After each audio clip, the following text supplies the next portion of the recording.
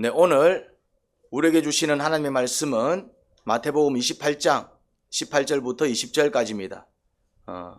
예수께서 다가와서 그들에게 말씀하셨다. 나는 하늘과 땅의 모든 권세를 받았다. 그러므로 너희는 가서 모든 민족을 제자로 삼아서 아버지와 아들과 성령의 이름으로 세례를 주고 내가 너희에게 명령한 모든 것을 그들에게 가르쳐 지키게 하여라. 보아라, 내가 세상 끝날까지 항상 너희와 함께 있을 것이다. 아멘. 처음에 하나님의 백성으로 선택을 받은 민족은 이스라엘 민족뿐이었습니다. 그걸 선민이라 그럽니다. 하나님께서 선택하신 민족, 선택받은 민족, 그런 의미를 가지고 있습니다. 그래서 이스라엘 민족은 이 선민 사상이 좀 특출났습니다. 유별났습니다. 신께 선택받은 민족이라는 자부심이 하늘을 찔렀고 이제 그게 우월주의가 되기도 했습니다. 쉽게 말해서 우리는 하나님 백성, 모든 이방인들은 다 그냥 좀 지나쳐서 마치 개, 돼지처럼 생각하는 좀 그런 문화가 자리를 잡기도 했습니다. 그래서 구약시대엔 이스라엘 민족만 구원을 받을 수 있었습니다. 물론 성경을 보면 이방인 가운데도 구원을 받은 이들이 나오지요. 하지만 한 가지 특징이 있습니다. 이방인이 구원을 받은 경우는 그 이방인이 이스라엘 백성으로 뭘 바꿔야 될까요? 국적을 바꿔야 됩니다. 국적을. 이스라엘 백성이 이집트에서 탈출할 때 많은 이방인들이 따라 나온 것을 보게 됩니다. 이집트인들, 구스 사람, 에티오피아, 어쨌든 그 이집트에 살고 있던 또 다른 여러 민족들, 나라 사람들이 이스라엘 백성이 나올 때 같이 나와요. 그 말은 그 이방인들이 자기 나라를 버리고 이스라엘 백성으로 국적을 바꾼 것을 볼 수 있습니다. 이스라엘 백성 가운데 합류해서 이제는 어느 민족으로 살아가겠다? 이스라엘 민족, 이스라엘 백성으로 살아가겠다 하고 이제 일종의 국적을 바꾼 것입니다. 물론 서류 절차를 밟고 이런 건 아니지만은 그들의 삶이 누구의 문화 가운데로 들어와 버린 것입니까? 이스라엘 문화 가운데로 들어온 것을 볼 수 있습니다. 그런 경우는 이방인이어도 뭐가 가능하다? 이스라엘인처럼 구원받을 수 있었습니다. 그리고 또 우리가 잘 알고 있는 여리고성 기생이었던 라합도, 또 모압 여인이었던 룻도 모두 이스라엘 민족으로 귀화한 뒤에 구원을 받은 것을 볼 수 있습니다. 성경을 보면 그렇습니다. 그래서 이 라합도 그렇고 룻도 그렇고 누구 족보에 올라가 있습니까? 예수님 족보에 올라가 있다 이 말이죠. 예수님 족보에 올라가 있다는 얘기는 이 라합이 여리고성 사람이고 룻이 모압 여인이지만은 누구 족보 가운데로 누구 나라로 들어왔다는 얘기입니까? 유대인으로 들어왔다는 얘기입니다. 그러니까 이제 그들이 예수님의 족보는 그 족보 가운데 또 다윗도 나기도 하고, 그 족보. 그러니까 이제 무슨 말입니까? 이제 그 이방인들이 국적을 바꿨다라는 얘기죠. 이제 국적이 바뀐 것입니다. 이스라엘 민족이 된 것입니다. 물론 피는 모압 여인이고 그 몸에 흐르는 피는 여리고 피지만은 이제 이 국적이, 나라가, 민족이, 문화가 뭐로 바뀌었다는 얘기입니까? 이스라엘 백성으로 바뀐 것을 볼 수 있습니다. 하지만 오늘날은 구원을 받기 위해서 국적을 바꿀 필요가 없습니다. 여러분들이 구원받기 위해서 국적을 바꾸고 예수님을 믿으셨습니까? 그게 가능한 이유가 오늘 본문 말씀 때문입니다. 이제 요즘은 굳이 이스라엘 백성으로 국적을 바꾼다든지 그런 어떤 절차를 밟지 않아도 쉽게 말해서 우리는 한국 사람이잖아요. 국적이 한국인이고 이스라엘 가본 적 있습니까? 저도 정말 그 시찰 도움으로 몇 년 전에 성지순례차 처음으로 다녀왔지. 우리가 이스라엘과 관계 있는 사람들도 아니고 더 이상 이제 국적을 바꾼다든지 그럴 필요가 없는 것입니다. 그냥 한국 사람으로서도 뭐가 가능합니까? 그냥 예수님을 믿고 구원받는 게 가능합니다. 그 이유는 하늘과 땅의 모든 권세를 받은 예수님께서 무엇을 바꿔 놓으셨냐면은 선민 개념을 바꿔 놓으셨어요. 마태복음 28장 18절 20절 오늘 같이 읽은 본문 말씀인데, 예수님께서 그 말씀을 선포하시기 전에는 선민이 이스라엘 백성으로 국한되어 있었습니다. 그래서 예수님도 이 말씀을 선포하기 전에는 복음을 누구한테만 전했습니까? 이스라엘 백성들한테만 전했습니다. 그래서 그 가나안 여인이 자기 딸 귀신 좀 쫓아내달라고 할 때 예수님께서 뭐라고 말씀하셨습니까?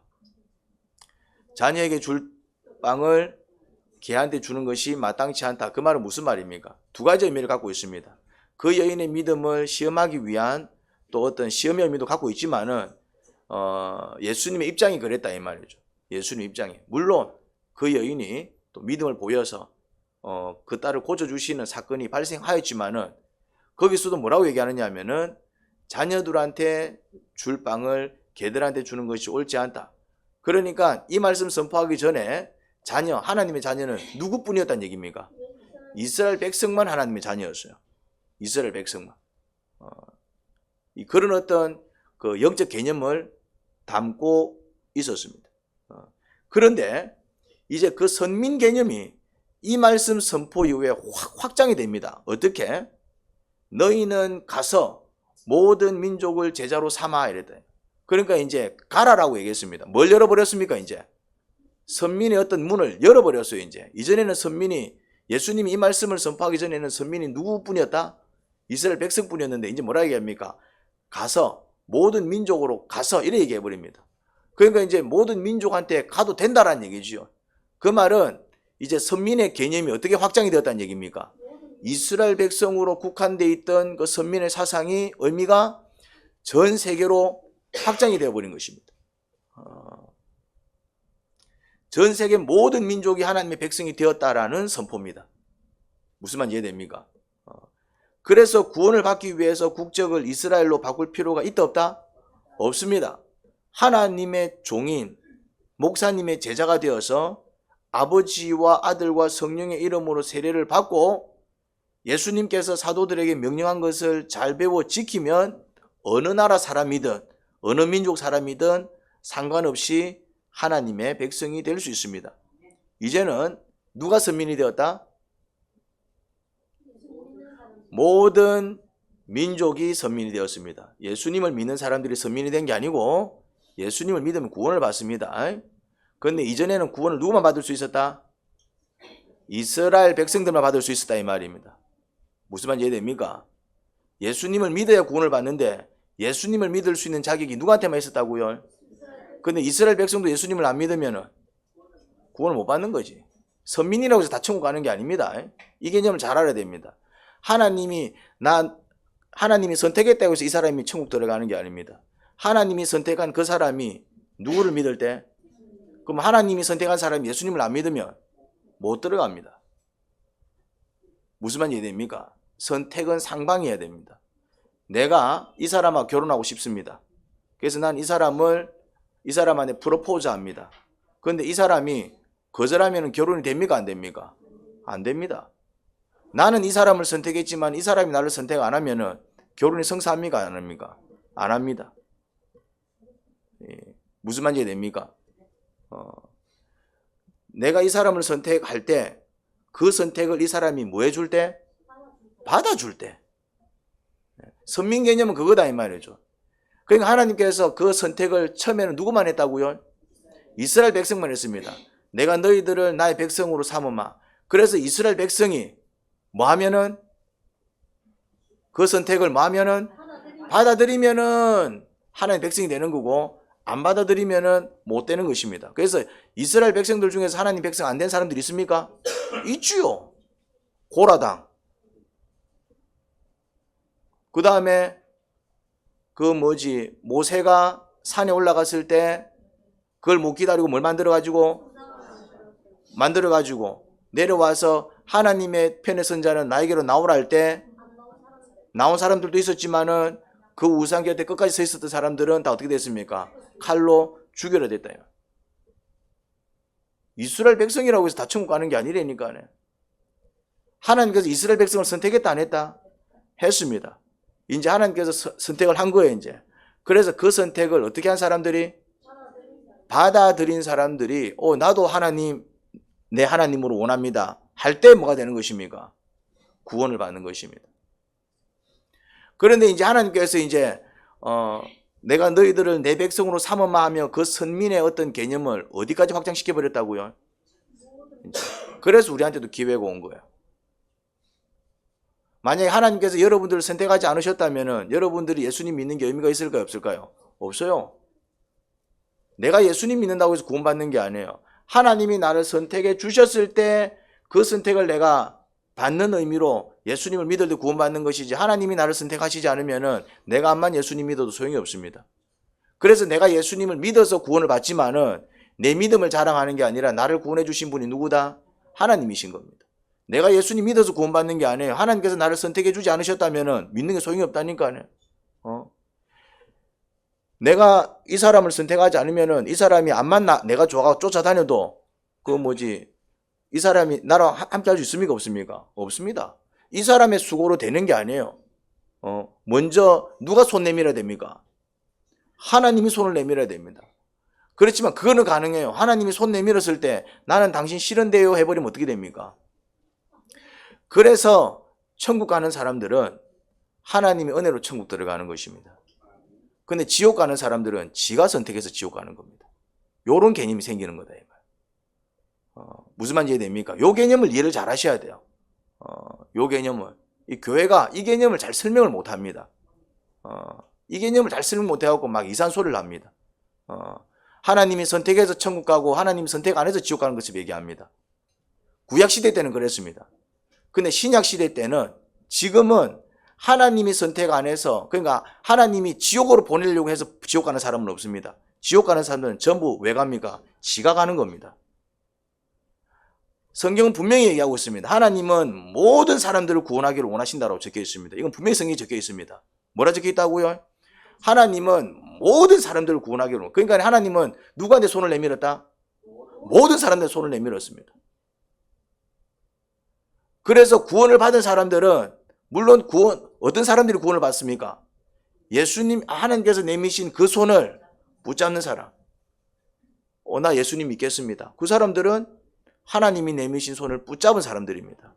근데 나는 예수님 안 믿을 거야 하는 사람들은 하나님이 내미신 손을 안 붙잡은 사람들입니다.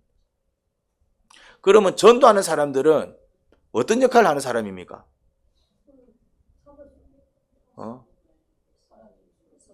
그렇지. 그거예요, 이제. 하나님이 지금 니한테 손을 내밀었거든.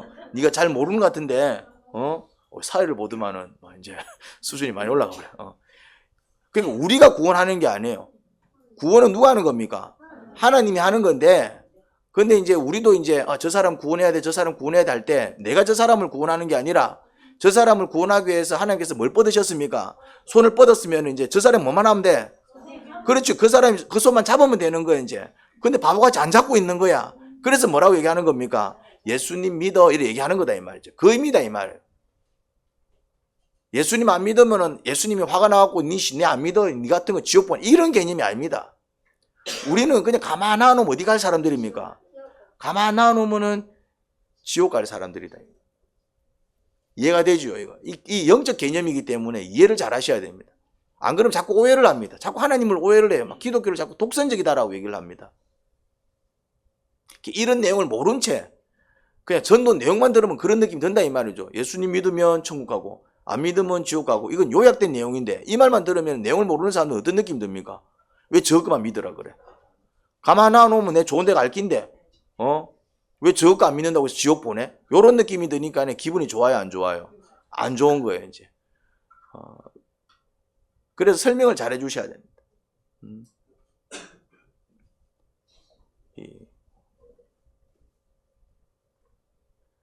그래서 이제는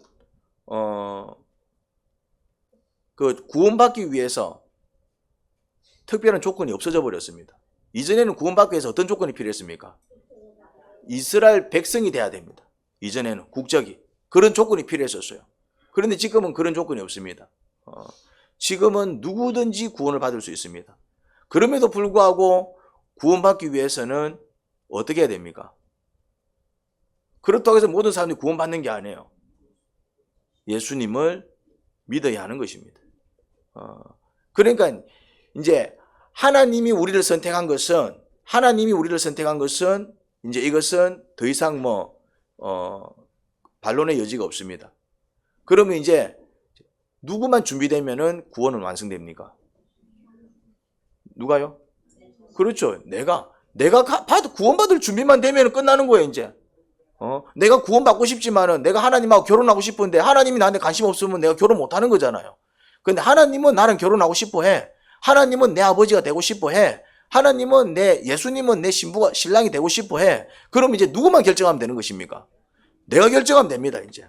내가 그러면 이제 하나님의 자녀가 될 것인가? 이거 결정하면 되는 거예요. 내가 이제 예수님의 신부로 살아갈 것인가? 이거 결정하면 되는 것입니다. 그 결정을 오늘 이제 정용 형제가 해야 되는 거예요, 이제. 세례식은 그런 개념이다, 이 말이죠, 이제. 좀 고민 좀 해봤습니까? 그래서 마음을 정한 거요? 안 정했어요? 물론 확신이 없노? 정했습니까?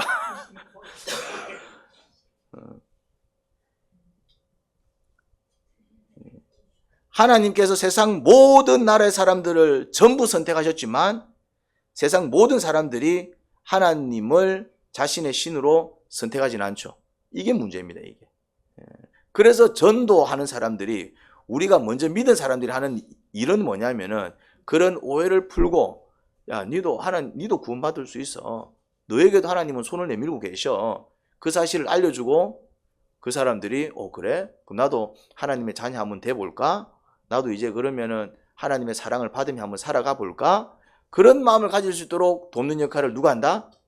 우리가 하는 거예요, 우리가. 19절에 보면은 이런 말이 나옵니다. 모든 족속을 어떻게 해라? 뭐로 삼아라? 제자로 삼아라. 그러니까 다르게 얘기하면은 제자가 되는 사람들만 하나님의 백성이 될 수 있는 거죠. 내가 제자로 삼는 겁니다, 이제. 제자로 삼는다는 얘기는 가르쳐 준다는 얘기잖아요. 제자는 배우는 사람을 제자라 그러잖아요. 무슨 말인지 됩니까?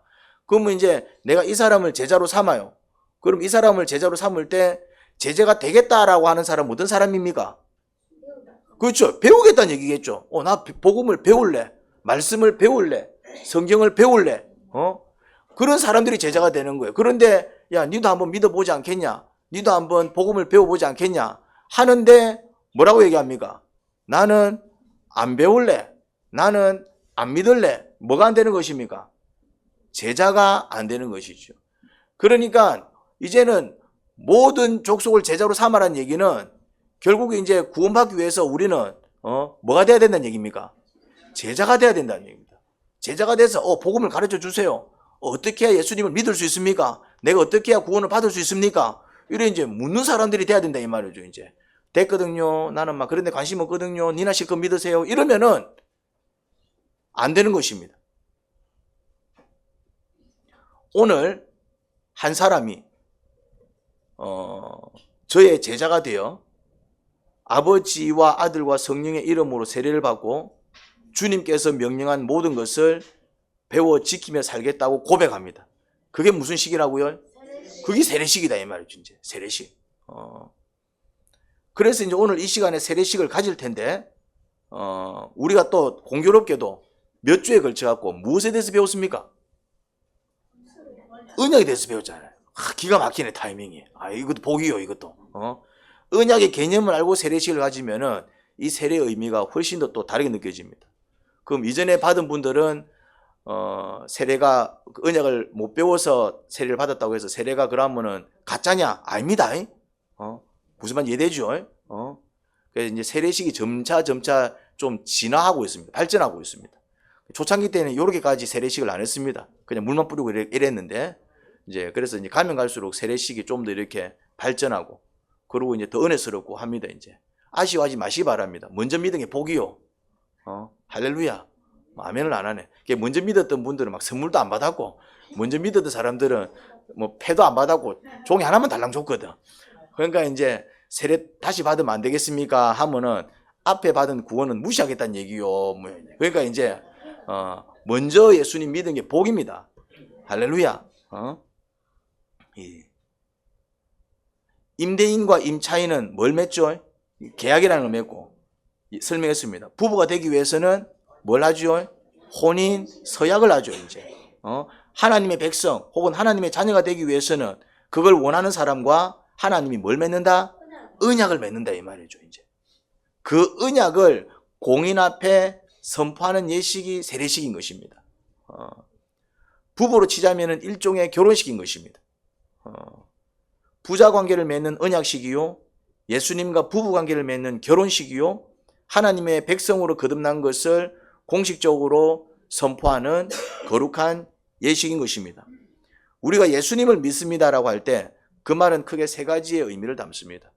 이제 신앙을 고백할 때는 신앙을 고백하는 말이 뭐냐면은 이제 예수님을 믿습니다. 예수님을 믿겠습니다. 이제 예수님을 영접합니다. 우리가 이제 이런 표현을 쓴다 이 말이죠. 왜? 그 언약이 누구를 통해서 이루어지기 때문에. 예수님을. 구약 때는 하나님과 언약을 맺는 과정이 굉장히 복잡했습니다. 율법을 배워야 했고 또 이제 무슨 예식들이 많았습니다. 안식일을 지켜야 했고 절기를 지켜야 했고 또 성막 규례라는 것이 있고 복잡했어요.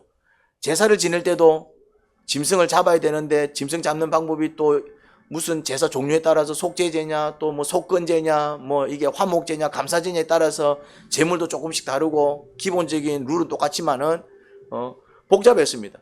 지금은 이제 그런 어떤 예식과 그런 율법을 그런 전통을 통해서 하나님과 이제 막 언약을 맺고 하는 게 아니고 지금은 누구를 통해서? 예수님을 통해서 이제 그 모든 언약적 관계들이 다 이루어지기 때문에 이게 이제 축소 요약이 된 것입니다. 뭐로? 예수님을 믿는 것으로. 그러니까 이 예수님 믿음 안에는 많은 의미들이 담겨져 있습니다. 구약시대 때 복잡했던 그 모든 제사규례, 구약시대 때 그 힘겨웠던 할례규례, 구약시대 때 그 복잡했던 안식일 규례, 그 명절 규례, 절기 규례, 그 모든 그 복잡했던 율법들이 지금 어디 안에 응축되어 있다고요? 예수님 안에 응축되어 있는 거예요, 이제. 그래서 지금은 다 예수님을 믿음으로 해결되는 거예요. 할례의 기능을 누가 한다고요? 예수님이 하는 거예요, 이제. 제사의 기능을 누가 한다고요? 예수님이 하는 거예요, 이제. 또 이래 성막의 기능을 누가 한다고요? 예수님이 하는 겁니다, 이제. 그러니까 이제 구원받는 방법은 간단해지다 보니까 그 의미를 모르는 거야. 그 의미를 모르는 거예요, 그냥. 예수님 믿는 게 뭔지 그 의미를 잘 모르는 거예요. 그래서 예수님 믿는 게 뭔지 그 의미를 알려면 뭘 봐야 됩니까? 구약을 봐야 됩니다. 하나님의 백성이 되기 위해서 가장 기본이 되고 가장 출발이 되는 게 뭡니까? 할례입니다, 할례. 할례가 뭔지 압니까? 그 남자 성계 포피를 잘라내는 것입니다. 오늘날은 그래도 수술 그 기술이 발달해가지고 그래도 아가 죽더라고. 우리 집에 하나 했거든요. 아가 막 죽더라고, 이제. 근데 그 당시 때는 마취도 없고, 그 당시 때는 그런 것도 없는데, 어떻습니까? 죽어나는 거예요, 이제, 그 아들이. 아무튼 이제 그런 어떤 과정을 통해서 뭐가 됩니까? 하나님의 백성으로 인침을 받았다, 이 말이지. 오늘날은 그 역할을 누가 합니까?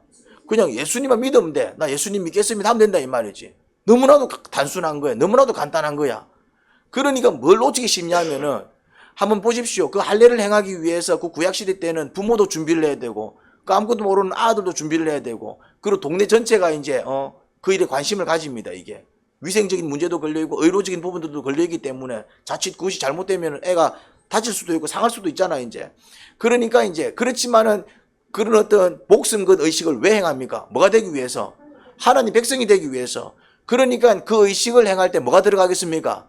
정성이 들어가고 마음이 들어가고 각오가 들어가고 희생이 들어가고. 그런데 오늘날 예수님을 믿기 위해서 각오가 들어가고 헌신이 들어가고 희생이 들어갑니까? 들어갈 때도 있지요. 집에서는 반대하는데 나는 예수님 믿어야 되겠고. 그래서 옛날에는 예수님 믿기 위해서 그런 희생과 헌신들이 많이 동반되었습니다. 때로는 막 뭐가 잘리기도 하고 머리카락 잘리기도 하고 때로는 막 두들겨 맞기도 하고 막 집에서 쫓겨나가지고 막 호적에 파이기도 하고 막 그랬다 이 말이죠. 그러니까 그때는 예수님을 믿을 때 그런 헌신과 희생이 들어가니까 어떤 일이 벌어졌습니까? 믿음들이 좋았어요. 예수님을 믿을 때 각오하고 믿으니까 믿음들이 어땠냐면 좋았습니다. 웬만한 일에 타협 잘 안 하고 심지어 어떤 일까지 했습니까? 예수님 믿는 것 때문에 죽이기까지 하고 옥에 가두는데도 어떻게 합니까? 차라리 예수님 믿고 죽지 예수님 안 믿고 사는 선택을 안 하더라 이 말이죠. 그러니까 어떤 일이 그러니까 그때는 믿음들이 다 좋았어요. 그런데 요즘은 뭔가 이렇게 희생과 헌신 없이 그냥 입술로만 예수님 믿을게요. 예수님 믿어요. 이래버리니까 이 믿음의 강도가 어떻습니까? 약합니다. 그래서 이제 막 일만 있으면은 교회 안 앞비고, 바쁘면은 막 그냥 지가 원하는 거 하러 가버리고, 믿음이 있는 건지 없는 건지 구분이 잘 안 간다 이 말이죠. 뭐가 없어서? 희생과 헌신과 각오와 결단이 없다 보니까요.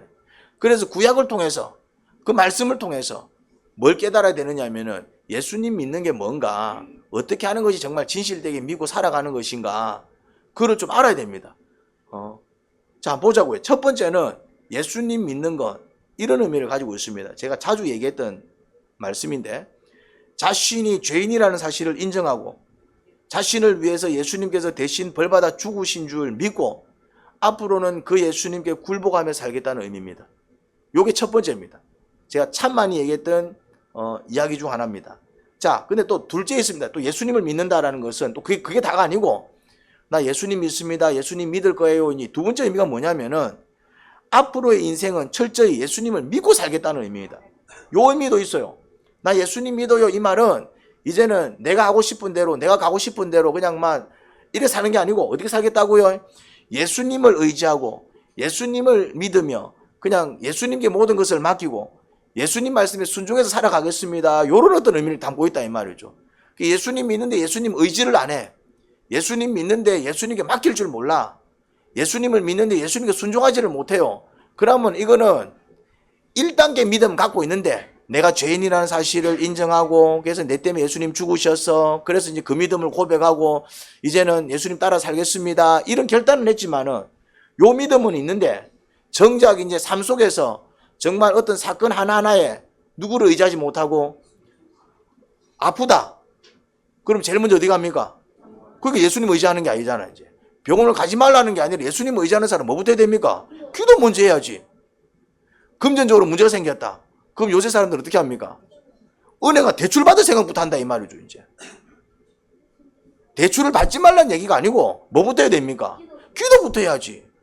그래서 기도하는데, 그래 야야 같이 병원 가자, 주님께서 그렇게 응답하시면은 병원도 가는 거고, 야야 이제 은행 가갖고 대출 좀 받지, 그럼 받는 거고, 근데 또 주님께서 또 다른 길을 인도하시면은 다르게 또 인도를 받는 것이고, 이거는 내가 나사줄게 이러면은 그냥 주님으로부터 치료받는 거고. 근데 이 순서가 다 바뀌어 있다 이 말이죠. 이제 아프면은 빨리 짐 챙겨라, 빨리 병원 가자. 금전적으로 문제 생기면은 빨리 이제 이게 우리한테 대출해 줄 수 있는 은행 어딘지 좀 알아봐라. 우리는 누구부터 찾아갑니까? 이 문제를 해결해 줄 수 있는 능력 있는 사람을 찾아가잖아요. 부모가 돈이 많고 부모가 능력이 있으면은 문제가 생겼을 때 뭐부터 합니까? 제일 먼저 엄마한테 전화부터 해버린다 이 말이죠. 깜짝이야. 이게 주님을 의지하는 모습입니까? 실제 생활 속에서 그렇게 못하더라 이 말이죠. 그 다음에 주님을 의지할 수 있어야 되고, 두 번째는 뭐 할 수 있어야 됩니까? 맡길 수 있어야 돼요. 자, 내가 할 수 있는 일은 어떻게 됩니까? 최선을 다해서 해야 됩니다. 근데 딱 보니까 이거는 내가 어떻게 할 수 없는 문제야. 그럼 어떻게 됩니까? 맡겨야 됩니다. 근데 사람들은 어떻게 사냐면 거꾸로 합니다. 지가 할 수 있거나 지가 해야 될 일은 자꾸 막 기도하고, 그 대표적인 게 뭐냐면은 하나님 공부 잘하게 해주옵소서, 이런 기도는 하면 안 돼. 하나님 돈 많이 벌게 해주옵소서, 이런 기도는 하면 안 돼요. 돈 벌고 싶으면 어떻게 하면 됩니까? 가서 일하면 되지. 공부하고 싶으면 어떻게 하면 됩니까? 그 책 보면 되는 거죠 이제. 그런 기도는 하면 안 된다니까요. 그런데 이럴 수는 있겠죠. 책을 보면서 공부하는데 이게 막 집중이 안 되고 막 졸음이 오고 공부는 하고 싶은데 막 잘 안 돼. 그럴 때는 어떻게 하는 겁니까? 그거는 기도하는 것이지 이제. 하나님, 제가 공부하려고 책상에 앉았는데 집중이 잘 안 됩니다. 하나님, 제가 이렇게 책상에 앉아있는 버릇이 안 되다 보니까 막 이렇게 진득하게 한 서너 시간씩은 공부를 해줘야 되는데 1시간 지나면 내 힘듭니다. 어떻게 하면 좋을까요? 내가 할 수 없고 내가 하려고 했지만 잘 안 되는 부분들을 어떻게 하는 겁니까? 그거는 맡겨야 된다 이 말이죠. 돈 벌러 가야지. 돈 벌러 가려고 하는데 이상하게 막 직장을 구하는데 직장이 안 구해지네. 그러면 어떻게 됩니까? 그러면 기도하는 것이지. 하나님, 내가 일을 좀 하고 싶은데 직장을 구하려고 해도 일자리가 없네. 어떻게 하면 좋죠? 내가 할 수 있는 일은 어떻게 하고? 최선을 다해서 하고. 그런데 하다 보면은 이게 또 안 될 때가 있고 못할 때가 있고 막힐 때가 있고 내가 할 수 없는 게 있다 이 말이죠. 그건 어떻게 하고? 그거는 맡기고. 근데 거꾸로 하고 있어, 거꾸로. 공부는 하나도 안 하고 뭘 합니까? 하나님 내일 시험 칩니다. 좋은 점수 받게 해주시옵소서. 이런 이상한 기도를 하고 있고, 그리고 정작 자기가 해결할 수 없고 자기가 어떻게 할 수 없으면서 뭐 하고 있습니까? 이거 어떻게 하면 좋지? 이거 어떻게 하면 좋지? 이거 어떻게 하면 좋지? 이러고 있다 이 말이죠. 이게 전부 뭐 하고 있는 모습입니까? 주님을 믿지 못하고 있는 모습입니다. 주님을 의지하지도 못하고 있고 주님께 맡기지도 못하고 있고, 또 이렇게 말씀을 묵상하고 또 설교를 통해서 또 이렇게 주의 음성을 통해서 주님의 뜻이 뭔지 알았는데, 그렇게 해도 될까? 그렇게 하면 손해보는 거 아니야? 나 그렇게 안 해봤는데 왜 갑자기 그러지? 그러니까 뭘 못하고? 순종도 못하고. 뭐가 없어서? 믿음이 없어서. 그 예수님을 믿는다라는 것은 요 두 번째 의미도 갖고 있다 이 말이죠. 그래서 믿기 위해서 애를 쓰셔야 됩니다. 자꾸 주님을 의지하려고 애를 쓰셔야 되고, 주님께 자꾸 맡기려고 애를 쓰셔야 되고, 안 그러면 힘들어집니다, 세상살이가. 예수님을 믿어도 복을 못 받는 이유가 요게 안 되면은, 예수님을 의지하지 않는데 어떻게 도움을 받을 수 있으며, 예수님께 맡기지 못하는데 어떻게 내 마음이 평안할 수 있으며, 주님 말씀에 순종하지 못하는데 어떻게 복을 받을 수 있겠냐 이 말이죠 이제.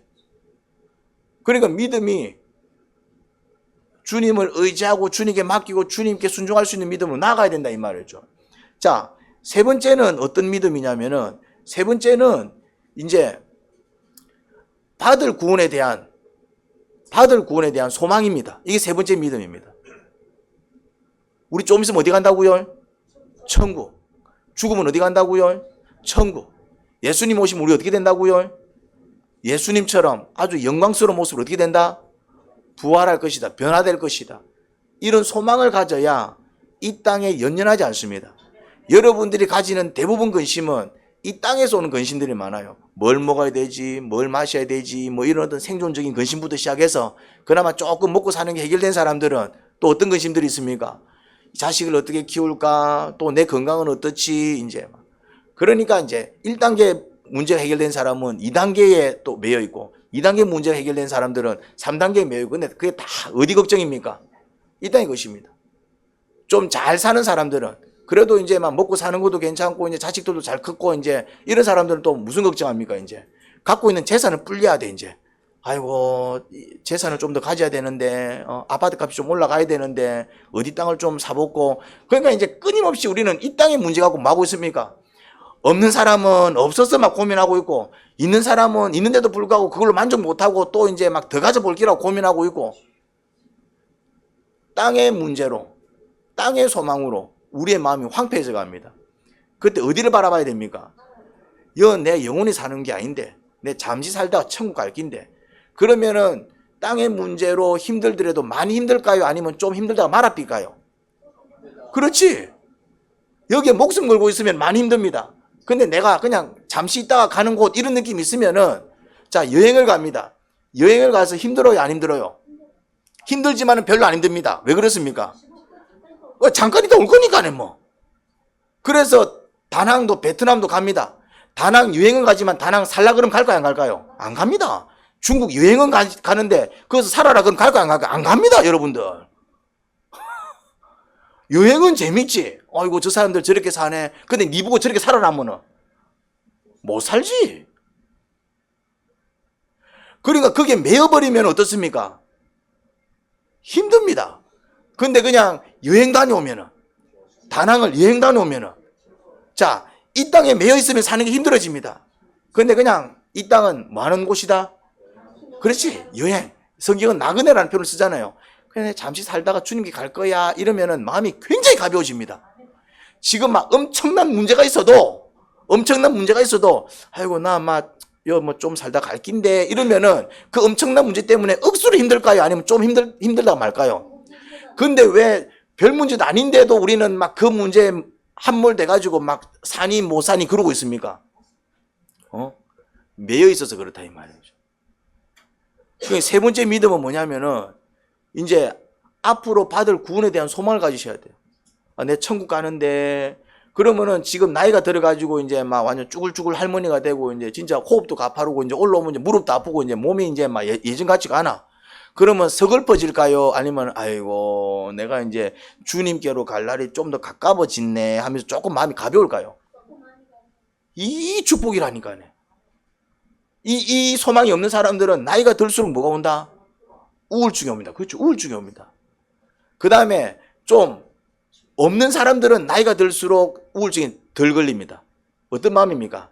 아이고 빨리 나 살만큼 살았다 이런 느낌인데, 가진 게 많으면 많을수록, 능력이 크면 클수록, 권세 권리가 크면 클수록, 빌딩이 많으면 많을수록 이제 막 나이가 들고 쭈글쭈글해지면 어떤 일이 벌어질까요? 굉장히 힘들어집니다. 무슨 말인지 이해됩니까? 그러니까 세 번째 믿음은 뭘 키워야 된다고요? 하늘에 대한 소망, 천국에 대한 소망. 요거 못 가지면은 여러분들 하루하루 살아가면서 열심히 살수록 열심히 사는데, 그래서 열심히 사는 어떤 소득과 결과는 얻을 수 있을는지 모르겠지만은 마음 한켠에는 뭐가 항상 있다? 우울합니다. 뭔가 불안해요. 정용 형제는 자신이 죄인이라는 사실을 인정하고 자신을 위해 예수님께서 대신 벌받아 죽으신 줄 믿고 그 예수님께 굴복하여 살겠다고 결단하셨습니까? 했습니까? 아멘 하시기 바랍니다. 이해하지 마시고. 우리는 아멘이라는 좋은 표현이 있으니까. 평생 그 믿음을 고백하며 살겠습니까? 정용 형제는 예수님을 믿어 어떤 상황 속에서도 예수님을 의지하고 스스로 해결할 수 없는 문제들을 예수님께 맡기고 그저 예수님께서 말씀하시는 대로 정용 형제를 이끄시는 대로 순종하며 살겠습니까? 좀 지금 사는 게 힘들어요? 살만해요? 아니 정용 형제한테 물어보는데 뭐 살만해요? 뭐 좀 사는 게 좀 고단해요? 살만합니까? 네. 주님을 의지하며 살아가시기 바랍니다. 정용 형제는 이 땅의 생을 마감하면 예수님께서 형제님을 천국으로 이끌어 주실 것을 믿고 예수님께서 다시 오실 때 예수님처럼 부활하여 영화로운 육신을 입을 것을 믿고 그 천국과 부활을 소망하며 이 땅을 살아가겠습니까? 오늘 이제 세례식 주인공이라서 제가 정용 형제를 콕 집어서 얘기했지만은 이 질문은 또 누구한테 다 해당됩니까? 각자 한번 대답해 보시기 바랍니다. 나는 지금 어떤 믿음인가? 어떤 마음인가? 난 어떻게 한번 살아볼까? 동일한 말씀이 되어야 할 줄 믿습니다.